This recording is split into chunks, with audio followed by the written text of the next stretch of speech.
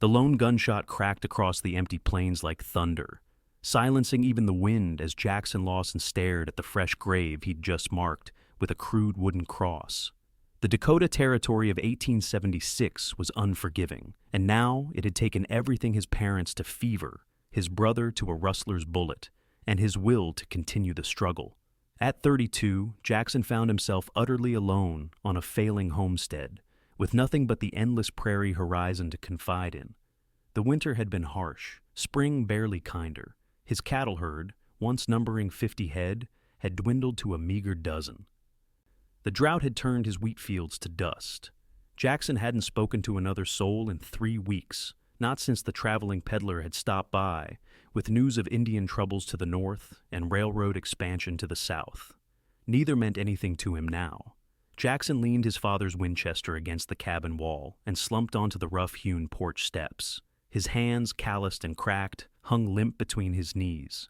The setting sun painted the landscape in crimson and gold, a beauty that once moved him, but now seemed like cruel mockery of his circumstances. "What now?" he whispered, his voice sounding foreign to his own ears. No answer came except the distant howl of a coyote. Jackson ran a hand through his sun-bleached brown hair, longer now than he'd ever worn it. His beard had grown wild, too, making him look more like a mountain man than the once proud rancher he'd been. The tin plate beside him held the remnants of his dinner beans again. His stores were running low, but he couldn't muster the energy to ride the 30 miles to the nearest settlement for supplies. Sleep came in fitful bursts that night, as it had every night since burying his brother Matthew. Dreams of better times twisted into nightmares of gunfire and empty plains. Jackson woke before dawn, his mouth dry, his heart pounding. Out of habit, he pulled on his boots and stepped outside to check on the remaining livestock.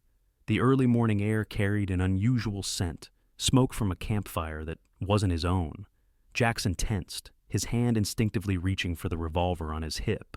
In these parts, visitors could mean many things, few of them good. Bandits preyed on isolated homesteads.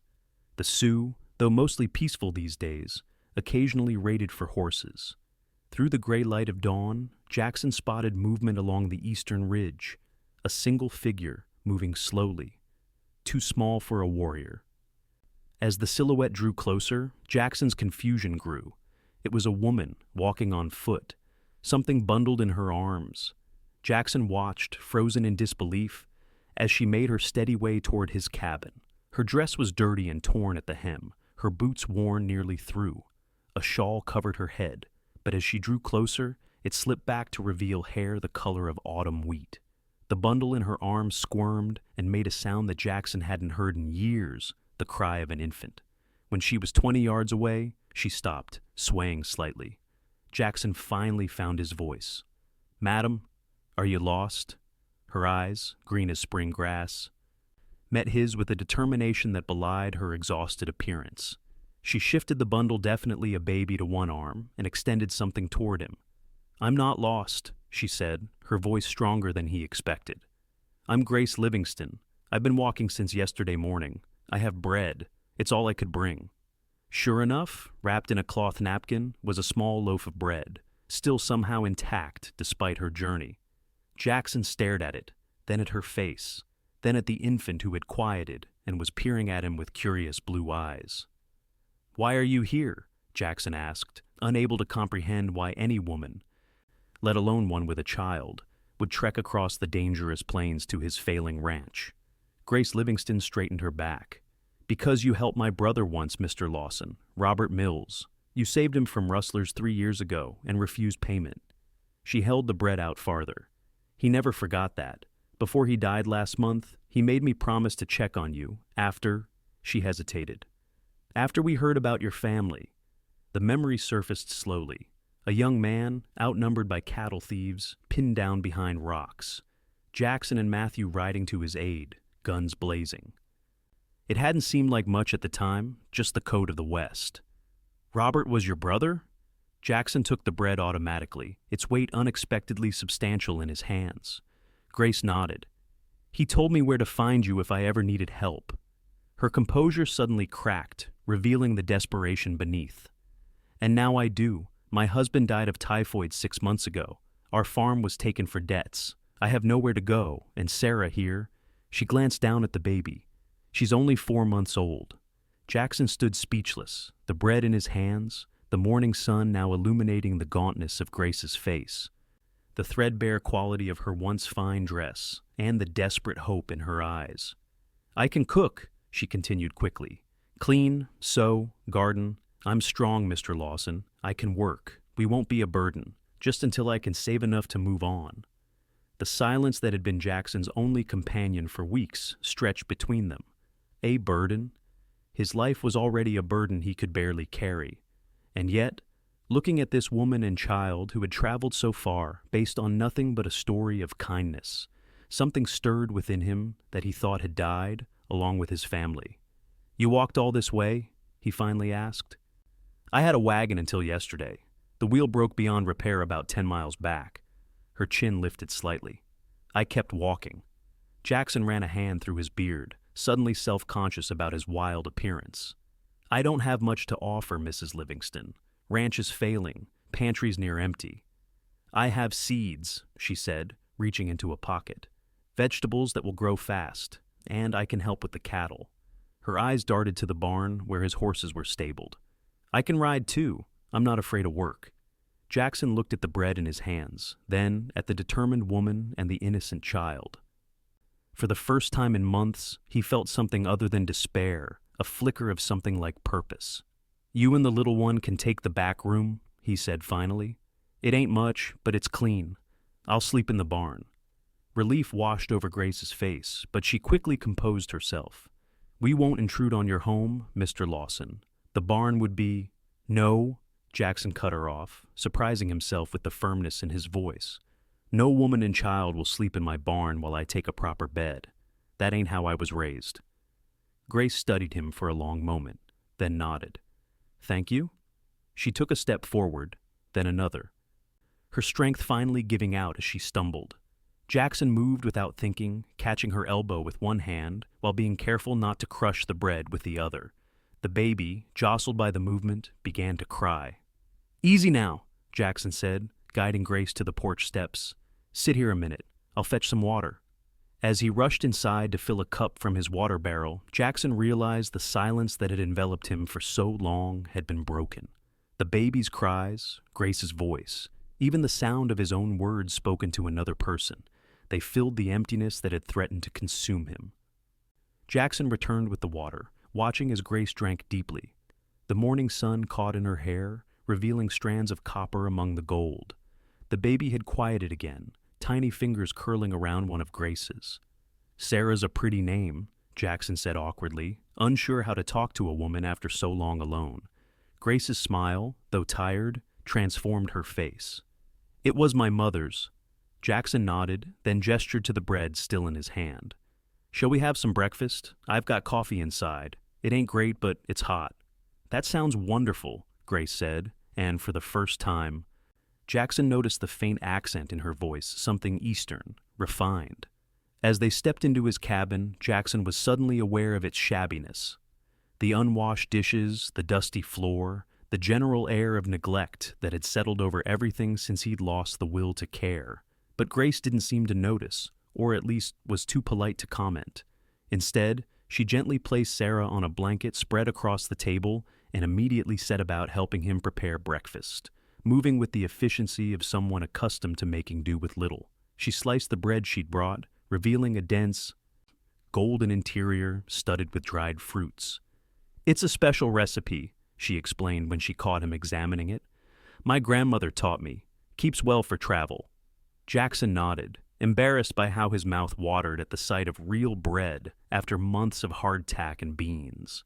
When they sat down to eat, he had to force himself to take small, measured bites rather than devour his portion like a starving wolf. Grace ate just as deliberately, her manners impeccable despite her obvious hunger. Between bites, she tended to Sarah, who lay contentedly on her blanket, tiny fists waving at the unfamiliar ceiling. "Where did you come from?" Jackson asked, breaking the silence. "Originally, I mean." "Philadelphia," Grace replied. "My father was a professor of literature. We lived quite comfortably until his death when I was 16. Her eyes took on a faraway look. My mother had already passed. I went to live with an aunt who arranged my marriage to Thomas Livingston when I was 19. How'd you end up out here? Jackson couldn't imagine this clearly educated woman choosing the harsh frontier life.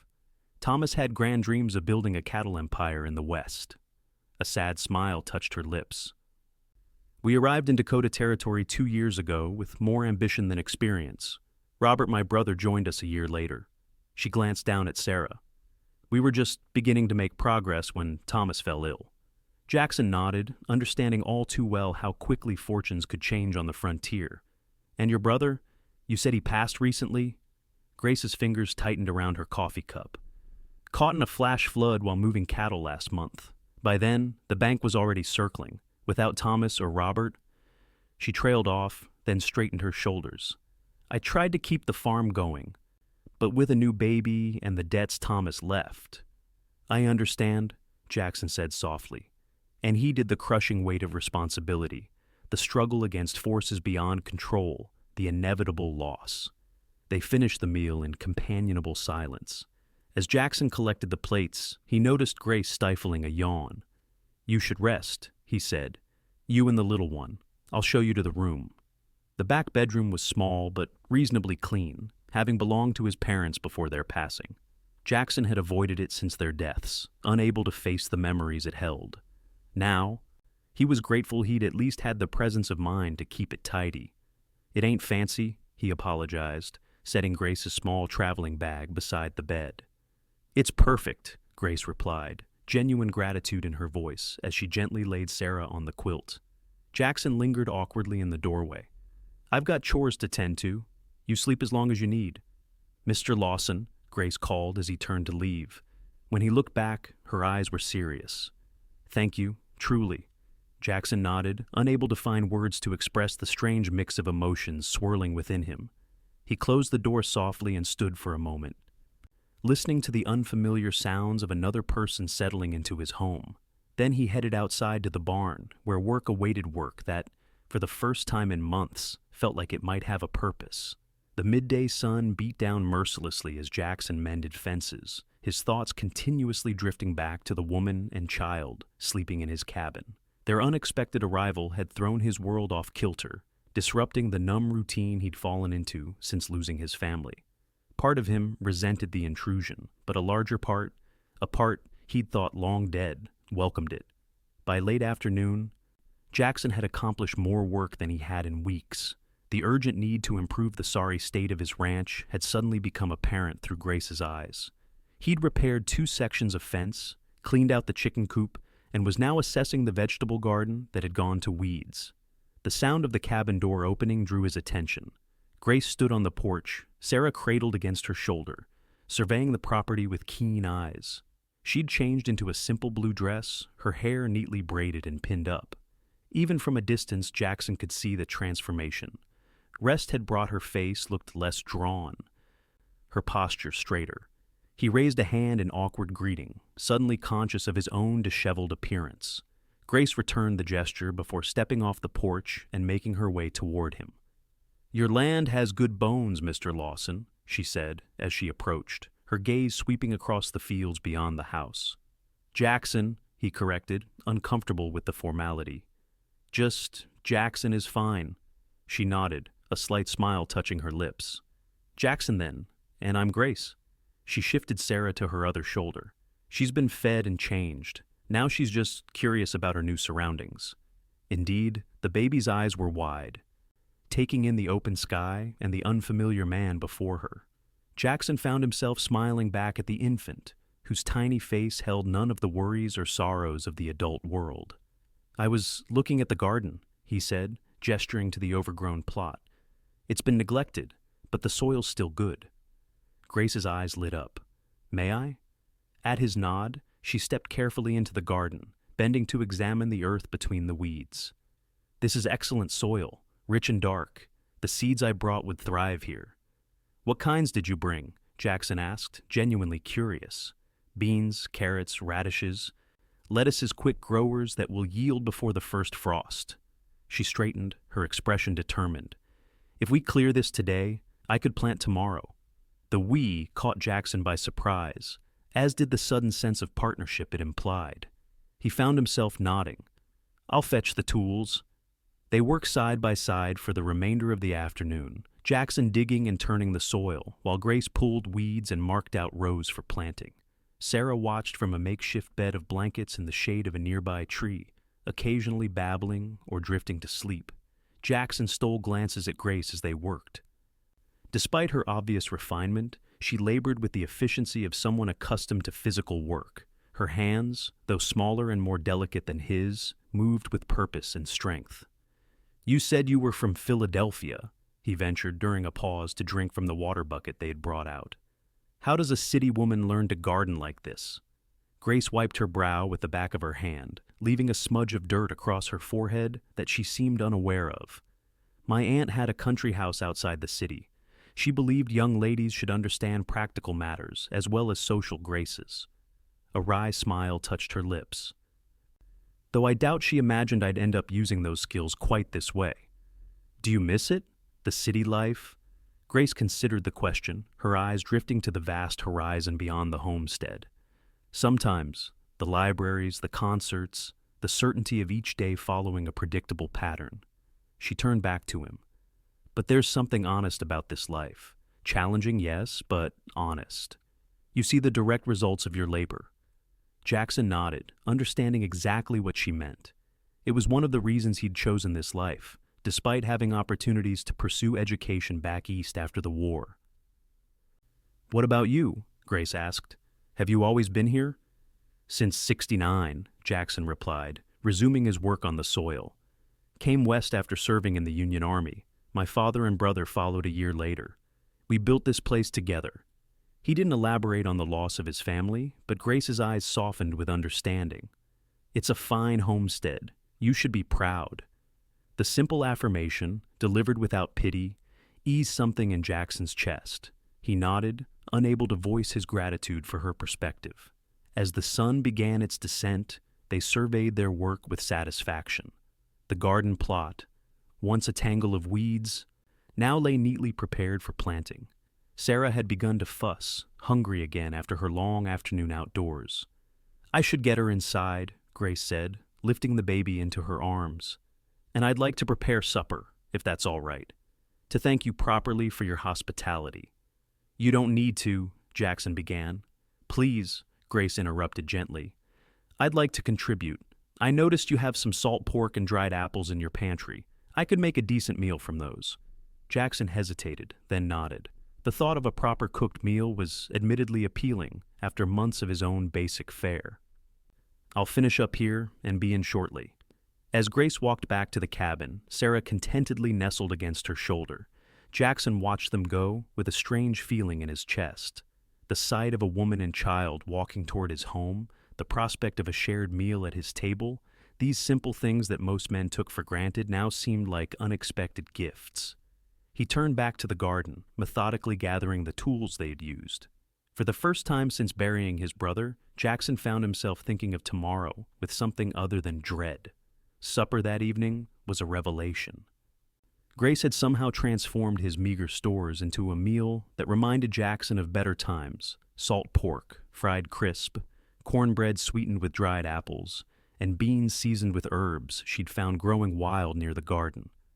"This is mighty fine cooking," Jackson said, trying not to eat too quickly despite his appetite. "Best meal I've had in a long while." Grace's cheeks colored slightly at the compliment. "It's simple fare, but food tastes better when shared." She glanced down at Sarah, who lay sleeping in a drawer Grace had padded with blankets to serve as a makeshift cradle. Even she seems to sense the difference. She's sleeping more soundly than she has in weeks. After the meal, Jackson insisted on washing the dishes while Grace tended to Sarah. The domestic rhythm felt strange, but somehow right, as if the cabin itself approved of having a family within its walls again. Later, as twilight deepened into night, they sat on the porch, the spring air still holding a hint of chill. Jackson had built a small fire in the pit nearby, its light casting long shadows across the yard.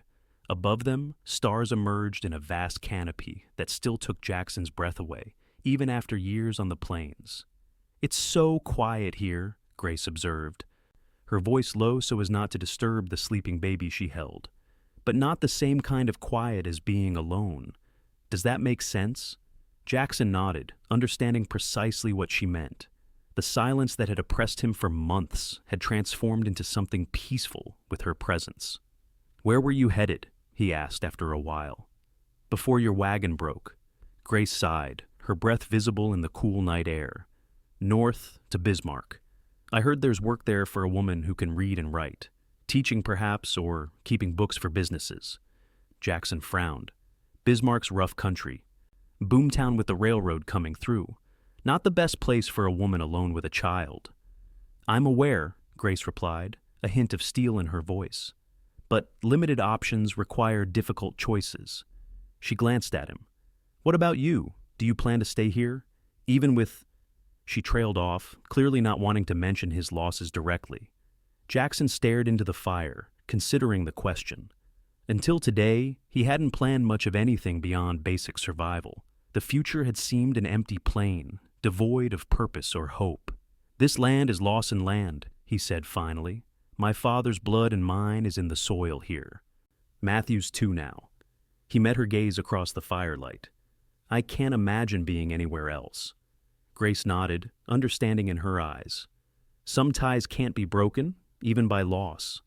They fell into companionable silence, the crackling of the fire and the occasional cry of a distant coyote, the only sounds. Jackson found himself studying Grace's profile, the way the firelight played across her features, illuminating strength and vulnerability in equal measure. "I should turn in," Grace said eventually, rising carefully with Sarah in her arms. "Tomorrow will be a full day if we're to plant that garden." "I'll bank the fire," Jackson replied, standing as well. "Sleep well, Grace." She paused at the door, looking back at him with an expression he couldn't quite read. "Thank you, Jackson, for everything." After she'd gone inside, Jackson remained by the fire, his thoughts a jumble of past and present, grief and unexpected hope.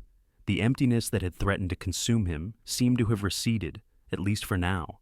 In its place was a cautious awareness of possibility of a future that might hold more than mere survival. As he finally prepared for sleep in the barn loft, Jackson realized he was looking forward to morning for the first time in months.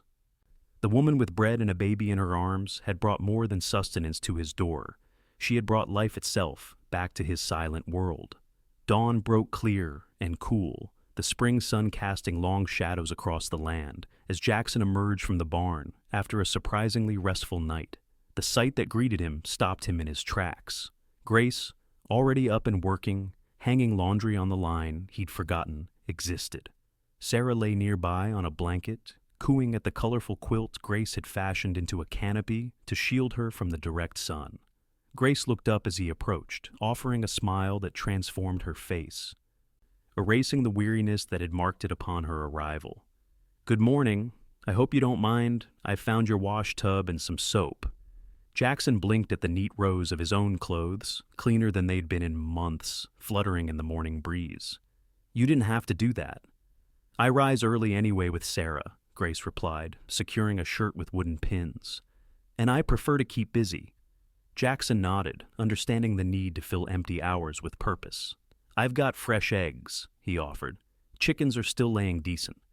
Breakfast was a simple affair, but the presence of company transformed the routine into something almost ceremonial. Jackson found himself taking more care with his appearance, having shaved for the first time in weeks. The beard was still there, but trimmed to something more civilized than the wild growth it had become. After they ate, Jackson brought the garden tools while Grace gathered her precious seeds. Sarah, bundled against the morning chill, watched from her makeshift bed as they worked side by side, planting neat rows according to Grace's careful plan. "These radishes will be ready in less than a month," Grace explained, sprinkling tiny seeds into the furrow Jackson had created. "The lettuce, too. Carrots take longer, but they'll keep through winter if stored properly." "You've put a lot of thought into this," Jackson observed, impressed by her foresight. Grace's hands paused briefly in their work.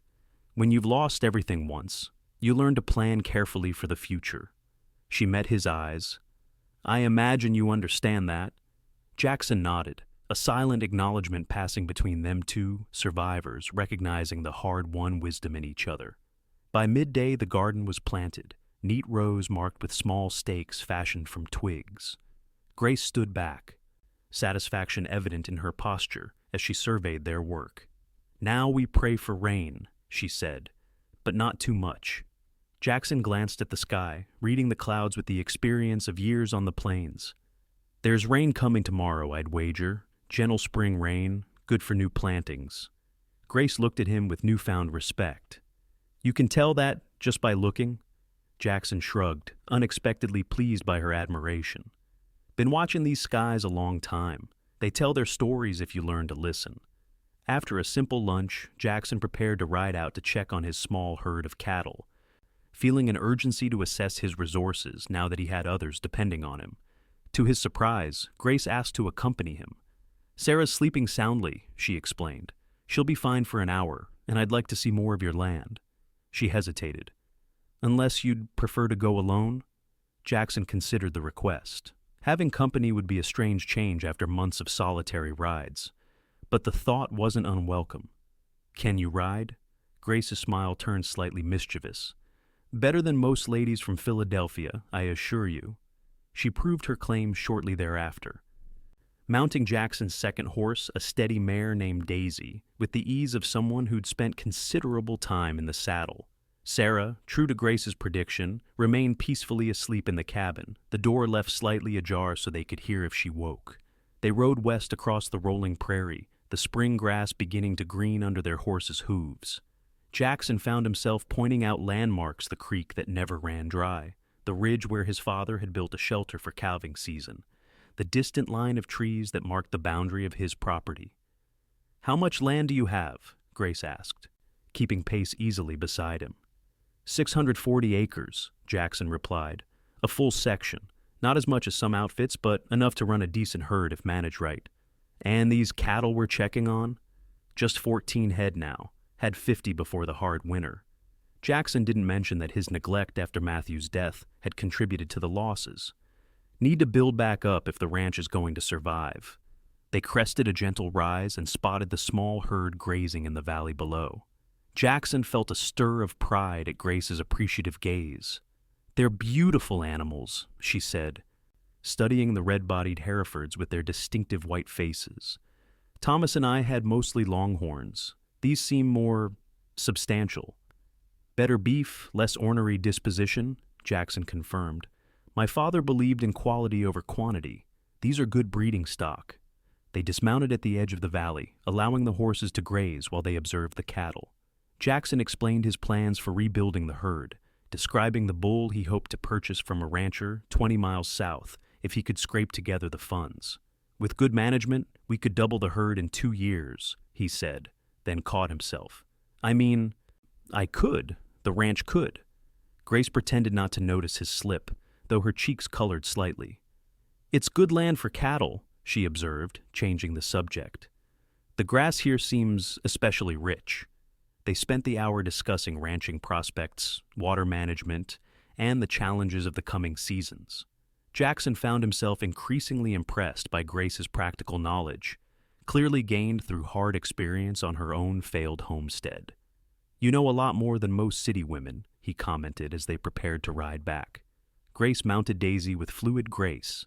"Necessity is an excellent teacher, Mr. Lawson." The formality was deliberately playful, softened by her smile. "And I've always been a quick study." As they rode back to the cabin, a comfortable silence between them, Jackson realized how dramatically his world had changed in just 24 hours. The crushing isolation that had been slowly killing him had broken open, allowing light and possibility to filter in. Back at the homestead, Sarah was just beginning to stir. Grace tended to her while Jackson cared for the horses, each falling naturally into their tasks.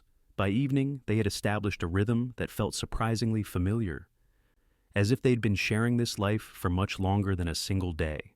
After supper, they again sat on the porch, the night air filled with the sounds of spring frogs calling from the creek, the distant hoot of an owl, the rustling of new leaves in the cottonwoods that sheltered the north side of the cabin.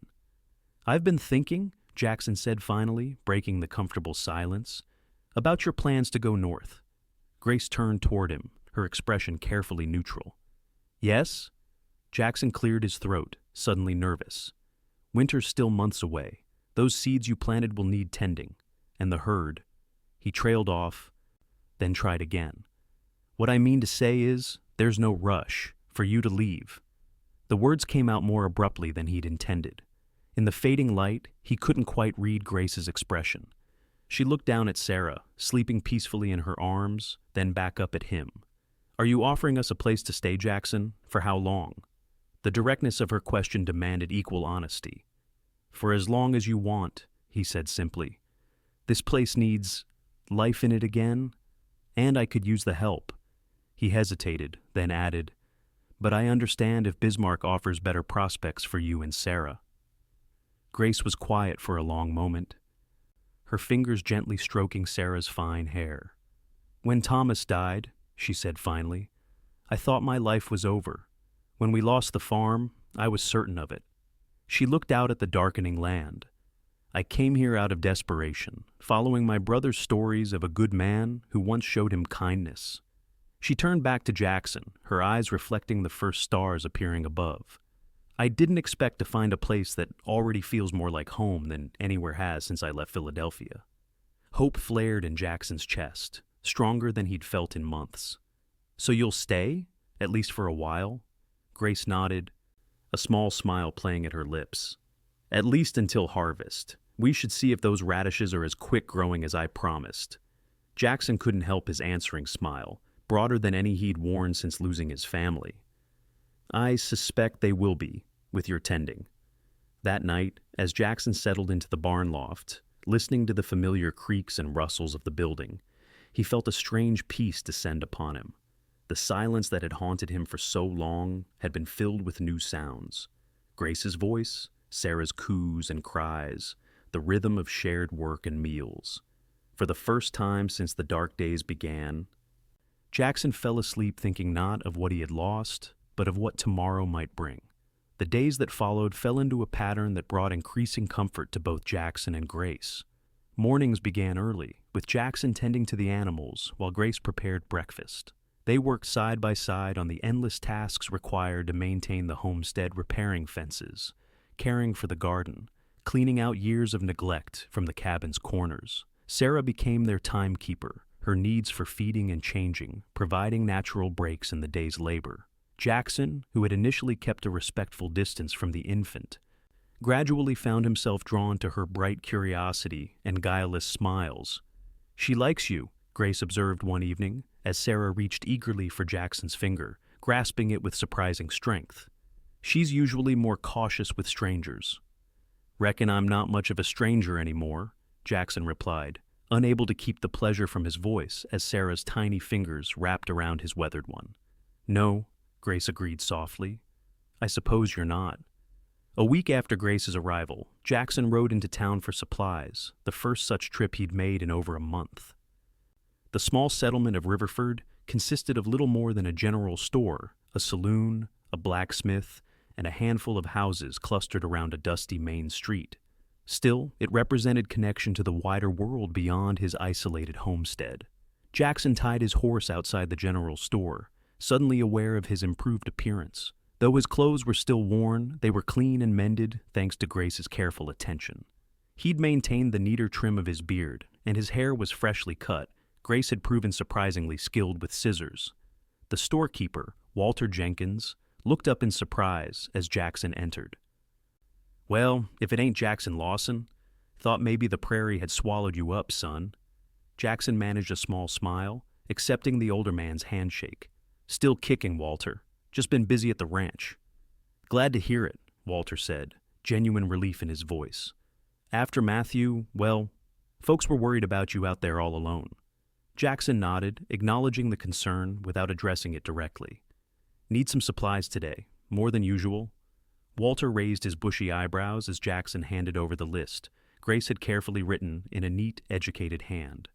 Coffee, sugar, flour, salt, thread, fabric.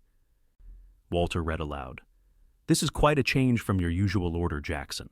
Jackson shifted uncomfortably under the shopkeeper's curious gaze. Got company staying at the ranch, a widow and her baby. She's helping out with things. Walter's expression revealed both surprise and something like approval. That's so? Well, good for you, son. Place was too quiet with just you rattling around in it. He began gathering the items on the list. Where did this widow come from? Don't recall any new folks in these parts lately. She was heading north. Wagon broke down near my place. Jackson kept the explanation simple, not wanting to invite too many questions. Walter nodded sagely. Providence has its ways, don't it? How long's she planning to stay? Through harvest, at least, Jackson replied, surprised by how much he hoped it would be longer. The storekeeper wrapped the purchases carefully, adding an unexpected small sack to the bundle. Some candy sticks there, he explained at Jackson's questioning look, for the little one, on the house. Jackson thanked him, oddly touched by the gesture. As he loaded his purchases onto his horse, he became aware of being observed. Two women stood outside the dressmaker's shop across the street, their gazes fixed on him with undisguised curiosity. Jackson touched the brim of his hat in polite acknowledgement, then mounted quickly, eager to be on his way. The ride back to the ranch seemed shorter than usual, his thoughts occupied with how Grace might react to the extra items he'd purchased, a length of blue calico she hadn't asked for, but that matched her eyes, a small wooden toy for Sarah, and a book of poetry he'd spotted on Walter's shelf and impulsively added to his purchases. The sight of smoke rising from his chimney as he crested the final hill still struck him as miraculous. A month ago, returning to the empty cabin had been an exercise in endurance. Now it meant returning to company, to conversation, to purpose. Grace met him at the door, Sarah on her hip, both looking pleased to see him. We were beginning to worry, she said, helping him carry in the supplies. The clouds are building in the west. Storm coming, Jackson agreed, glancing toward the darkening horizon. Should hit by nightfall. As they unpacked the goods, Grace's eyes widened at the unexpected additions.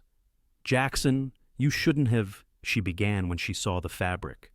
Thought it might make a nice dress, he said, suddenly self-conscious. For Sundays or such. Grace ran her fingers over the calico, her expression softening. It's beautiful. I haven't had anything new since... She trailed off, then looked up with genuine gratitude. Thank you. The wooden toy, a simple horse on wheels, earned him a brilliant smile. She'll love this when she's a bit older. How thoughtful of you. But it was the book of poetry that rendered Grace momentarily speechless. She held the volume with reverent hands, opening it to read the title page. Wordsworth, she whispered, my father's favorite. Jackson shifted uncomfortably, unused to giving gifts. Shopkeeper had it gathering dust. Thought you might enjoy it, being educated and all. Grace looked up at him, her eyes bright with emotion. This is incredibly kind, Jackson. I haven't had a book to read since we left our farm.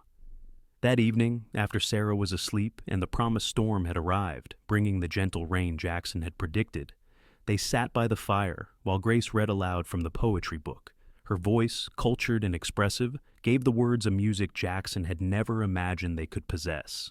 For I have learned to look on nature, she read, not as in the hour of thoughtless youth, but hearing oftentimes the still, sad music of humanity. Jackson closed his eyes, letting her voice wash over him. He'd never been one for poetry, preferring the straightforward language of the frontier. But hearing these words in Grace's voice, with rain pattering on the roof and the fire crackling in the hearth, he began to understand their power. When she finished the poem, a comfortable silence fell between them. Outside, thunder rumbled in the distance, while inside, the cabin felt more like a home than it had in years. My father used to read these poems to me, Grace said finally. He believed poetry was as essential to life as bread. Your father sounds like a wise man, Jackson replied, opening his eyes to find her watching him with an expression he couldn't quite decipher. He was, she agreed. He would have liked you, I think? Jackson raised an eyebrow. An uneducated rancher? Grace shook her head, her gaze steady. A man who understands the still, sad music of humanity, who rebuilds after loss, who offers shelter to strangers bearing nothing but bread and a baby. Something shifted between them in that moment, a recognition of shared understanding that transcended their different backgrounds. Jackson found himself wanting to move closer to her, to bridge the physical gap between them as they had begun to bridge their separate griefs. Instead, he stoked the fire, giving his hands something to do. Your husband, he said carefully. What was he like? Grace's expression grew thoughtful. Thomas was ambitious, charming, full of grand plans and dreams. She smiled sadly. The reality of frontier life was harder than he expected. He wasn't built for setbacks. Her fingers traced the edge of the book. But he was kind to me, in his way. And he adored Sarah, even in the short time he knew her. He was lucky to have you, Jackson said simply. Grace looked up, her eyes reflecting the firelight. As is his daughter. The rain continued through the night and into the following day, keeping them mostly confined to the cabin. Jackson used the time to repair tools and mend tack in the main room, while Grace sewed at the table, fashioning a new dress for herself from the blue calico. Sarah alternated between napping and playing on a quilt spread near the fire, increasingly alert and responsive to both adults. By the third day, the rain had passed, leaving the world refreshed and vividly green. The garden had responded enthusiastically to the moisture, tiny sprouts already visible in neat rows. Grace's face lit with genuine delight when she discovered them, kneeling in the damp earth to examine the fragile beginnings of their future food supply. "Look, Jackson," she called, her formality forgotten in her excitement. "The radishes are already coming up." Jackson crouched beside her, as pleased by her reaction as by the sprouts themselves. "You've got a way with growing things," he observed. Grace looked up at him, mud on her hands and joy in her eyes. "We did this," she corrected him. "Together." Something warm unfurled in Jackson's chest at her words. Together. It was a concept he'd forgotten the meaning of during his months of isolation. Now, it felt like the most important word in the language. The weeks that followed brought a gradual transformation to the Lawson ranch. The garden flourished under Grace's careful tending, soon providing fresh greens for their table. The cabin, once a place of neglect and grief, became increasingly orderly and comfortable as Grace applied her considerable energy to its improvement. Jackson found himself working with renewed purpose, rising earlier and retiring later. Motivated by more than mere survival, the cattle thrived under his attentive care, and he even managed to repair the dilapidated chicken coop, resulting in increased egg production. Sarah grew rapidly, her personality emerging more clearly with each passing day. She had her mother's determination and curiosity, often watching intently as the adults worked. By her 5th month, she was attempting to crawl, propelling herself forward with remarkable persistence despite frequent failures. One evening in late May, after a particularly productive day that had seen them complete the repair of the barn roof, Jackson and Grace sat on the porch enjoying the sunset. Sarah lay between them on a blanket, having finally exhausted herself with her crawling efforts. "I received a letter today," Grace said quietly, breaking their companionable silence. "From Bismarck." Jackson felt a cold weight settle in his stomach. He'd known this moment would come eventually, but had allowed himself to hope it might be delayed. "Oh?" Grace nodded, her expression unreadable in the fading light. "I wrote to inquire about teaching positions before I left our farm. The school board has responded, offering me a position for the fall term." Jackson stared out at the darkening land, trying to master his reaction. "That's good news," he managed, though the words tasted false on his tongue. "Teaching would suit you." "Yes," Grace agreed softly. "It would." They fell silent again, the weight of unspoken words hanging between them. In the distance, a whippoorwill began its evening call, a sound both melancholy and sweet. "When would you need to leave?" Jackson finally asked, dreading the answer. "August," Grace replied, "to be settled before the term begins in September. 2 months, 8 weeks, a blink of an eye." Jackson nodded, unable to trust his voice. "Unless," Grace began, then hesitated. Jackson turned to her, heart suddenly pounding. "Unless?" Grace met his gaze directly, courage in her eyes. "Unless there's a reason to stay." The moment stretched between them, fraught with possibility. Jackson had faced armed men with less trepidation than he felt now, looking into Grace's expectant face. "I want you to stay," he said finally, the words coming out rougher than he intended. "Both of you, here, with me." Grace's expression softened. "Why, Jackson, as your housekeeper, your ranch hand?" Jackson swallowed hard, knowing she deserved his complete honesty. "No, as More than that, if you could ever consider it. Consider what exactly? Grace pressed, her voice gentle but insistent.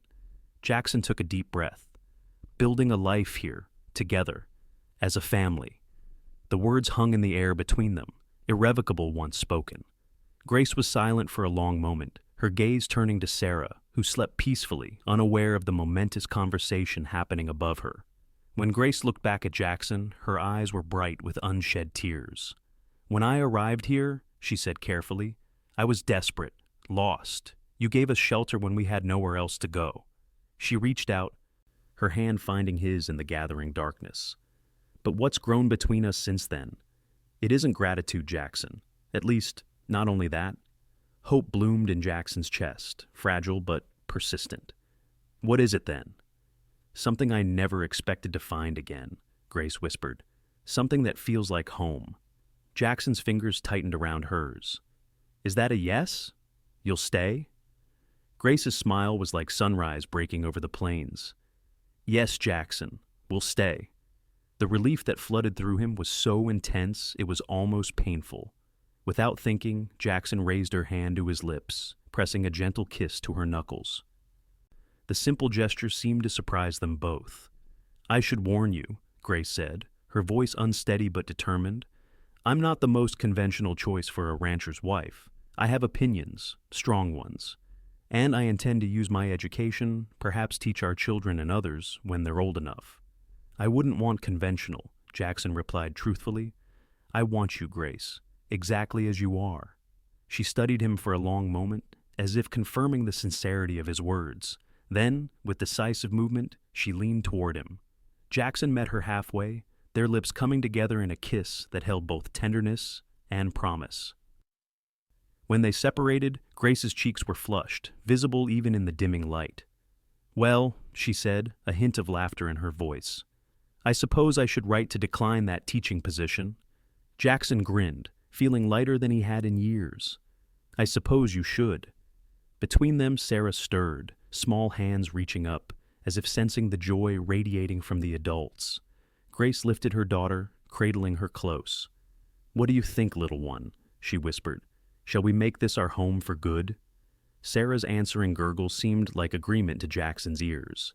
He reached out, gently stroking the baby's soft cheek with one finger. "I'll be a good father to her," he promised softly, "if you'll let me." Grace's eyes filled with tears, but her smile was radiant. "I know you will. She deserves nothing less." As night fully claimed the prairie, they sat together on the porch, no longer three separate individuals, but the beginnings of a family. The silence that had once been Jackson's only companion had been permanently banished, replaced by something infinitely more precious, the quiet harmony of shared lives and shared dreams. The summer passed in a blur of activity and deepening affection. Jackson and Grace were married on a bright June morning, with Reverend Thomas officiating in the small Riverford church. The ceremony was simple but heartfelt, attended by the handful of neighbors who had gradually been introduced to Grace and Sarah over the preceding weeks. Grace wore a dress of sky blue calico, not the one Jackson had purchased, but a finer version ordered specially from Denver, his wedding gift to her. Sarah, now 6 months old and increasingly vocal, watched the proceedings from the arms of Mrs. Jenkins, the storekeeper's wife, who had taken a particular shine to the child. "I, Jackson, take you, Grace, to be my lawfully wedded wife," Jackson said, his voice steady despite the emotion threatening to overwhelm him. "To have and to hold, from this day forward, for better, for worse, for richer, for poorer, in sickness and in health, until death do us part." Grace's eyes shone as she repeated the vows, her hand warm and sure in his. When the Reverend pronounced them husband and wife, the small congregation erupted in genuine applause. Jackson kissed his bride with a reverence that brought tears to more than one observer's eyes. The celebration afterward was held at the Lawson ranch, which had been transformed under the couple's combined efforts. Flowers from the thriving garden, decorated tables set up in the yard. Grace had baked for days, producing pies and cakes that drew enthusiastic praise from the guests. Even the ranch itself seemed to reflect the change in its owner's fortunes. Fences mended, buildings repaired, fields orderly. As evening approached and the last guests departed, Jackson stood on the porch with his new wife and daughter, now legally his daughter too, the adoption papers having been signed the same day as their marriage license. "Happy, Mrs. Lawson?" he asked, still marveling at the change in his circumstances since that fateful day when Grace had appeared with bread and a baby in her arms. Grace leaned against him, Sarah sleeping against her shoulder. "Happier than I ever imagined possible again," she replied honestly. "Are you, Mr. Lawson?" Jackson looked out over his land, seeing not the losses and struggles of the past, but the promise of the future. "More than I deserve to be," he said softly. July brought the first harvest from their garden radishes and lettuce initially, followed by early carrots and beans. The satisfaction of eating vegetables they had planted and tended together was profound, a tangible symbol of what they could achieve as partners. The cattle thrived as well, with Jackson finally able to purchase the bull he'd had his eye on, using money from the sale of his spring calves. The small herd would grow now, he explained to Grace, as they watched the magnificent animal join the cows in the south pasture.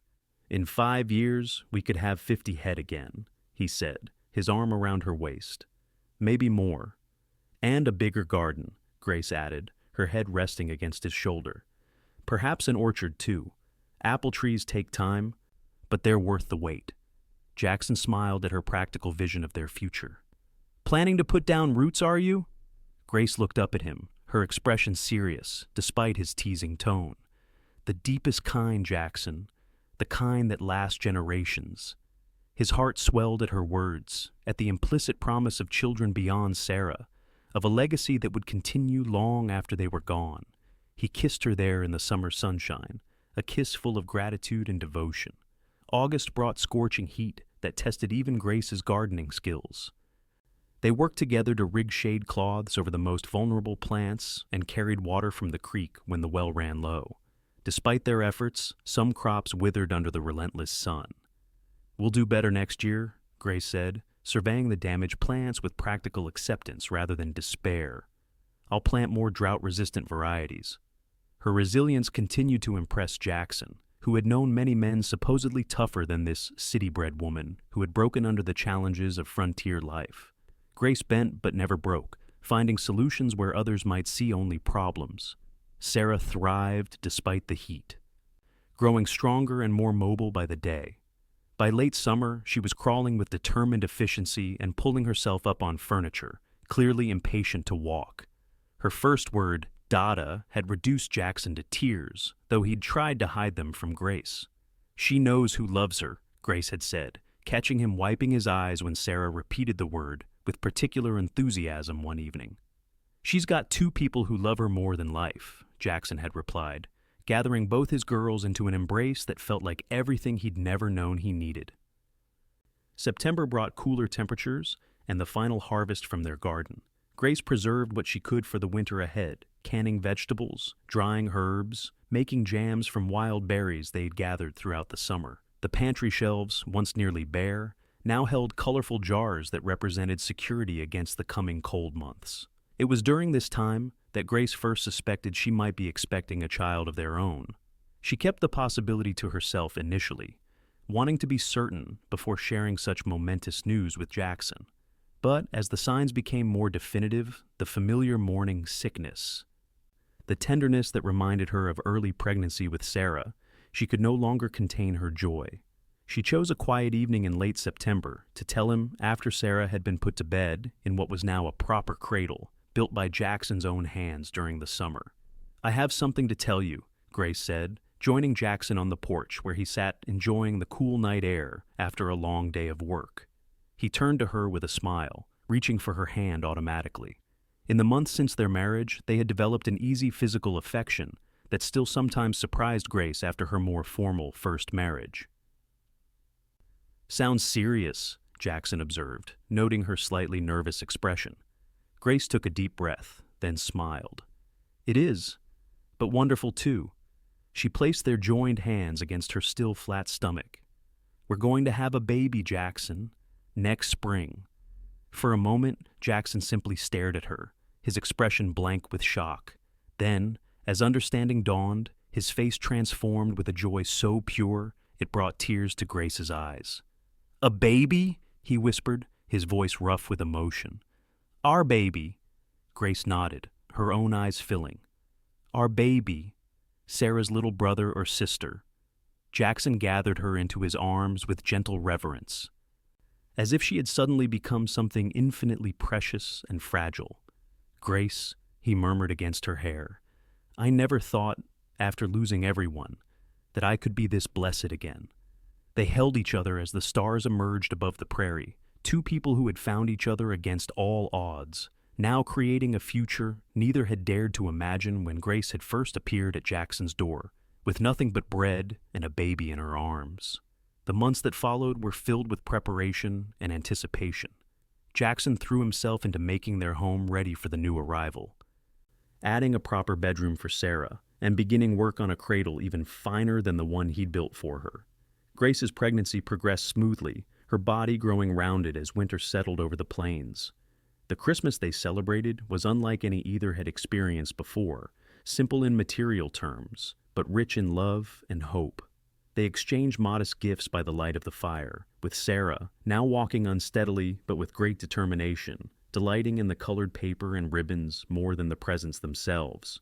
"Next Christmas there will be 4 of us," Grace observed, her hand resting on her swollen belly, where their child grew stronger each day. Jackson nodded, his eyes soft as he watched his wife and daughter. "A real family," he said, still sounding slightly amazed at the turn his life had taken. "We already are," Grace corrected gently. "But yes, a growing one." Winter on the plains was harsh, with blizzards that sometimes confined them to the cabin for days at a time. But where Jackson had once found the isolation nearly unbearable, he now treasured these quiet days with his family, playing with Sarah, reading aloud from Grace's growing collection of books, making plans for the spring and the years beyond. Grace's time came in early April, as the first wildflowers were beginning to dot the prairie. The labor was long but uncomplicated, with the midwife from Riverford arriving in time to assist. Jackson paced outside, alternating between prayer and quiet panic, while Sarah watched wide-eyed from Mrs. Jenkins' arms. When the midwife finally called him in, Jackson entered the bedroom with his heart in his throat. The sight that greeted him washed away all fear. Grace, tired but radiant, holding a small bundle wrapped in the quilt she had spent the winter sewing. "Jackson," she said, her voice soft with wonder, "come meet your son." He approached the bed on unsteady legs, overcome by the magnitude of the moment. The tiny face that peered up at him from the blankets was red and wrinkled, with a dusting of dark hair that promised to be like his own. "A boy," Jackson whispered, carefully sitting on the edge of the bed. "He's perfect." "He is," Grace agreed, her eyes filled with love as she looked from the baby to her husband. "I thought we might name him Matthew, after your brother." Jackson's throat constricted with emotion. "Matthew," he repeated, reaching out to touch his son's tiny hand with one gentle finger. "Matthew Robert Lawson." Grace smiled at the addition of her brother's name. A good name, a name with history. Later, when Sarah was brought in to meet her brother, her initial suspicion gave way to fascination. "Baby," she said clearly, pointing at the tiny bundle in her mother's arms. "That's right, sweetheart," Grace confirmed. "Your baby brother, Matthew." "Your family," Jackson added, gathering Sarah onto his lap where they sat beside the bed. "All of us, together." As the spring sun set over the prairie, casting long golden light through the bedroom window, the Lawson family rested together in quiet contentment. Outside, the land was awakening from winter's sleep, new life pushing through the soil, new possibilities unfolding with each passing day. Jackson, once left with nothing but silence, now found himself surrounded by the sounds of family, Grace's gentle humming as she nursed their son, Sarah's childish chatter as she played with a wooden horse, the creaking of the house that had transformed from an empty shell into a home filled with love. The bread Grace had brought that day, a simple offering from a desperate woman, had been consumed long ago. But what had grown from that humble beginning was sustenance of a different kind, the nourishment of belonging, of purpose, of love that would carry them through whatever challenges the frontier might bring. As darkness fell and the first stars appeared above the prairie, Jackson Lawson looked at his family and knew with absolute certainty that the silence that had once threatened to consume him would never return. In its place was the music of shared lives, sometimes chaotic, occasionally discordant, but always, always beautiful.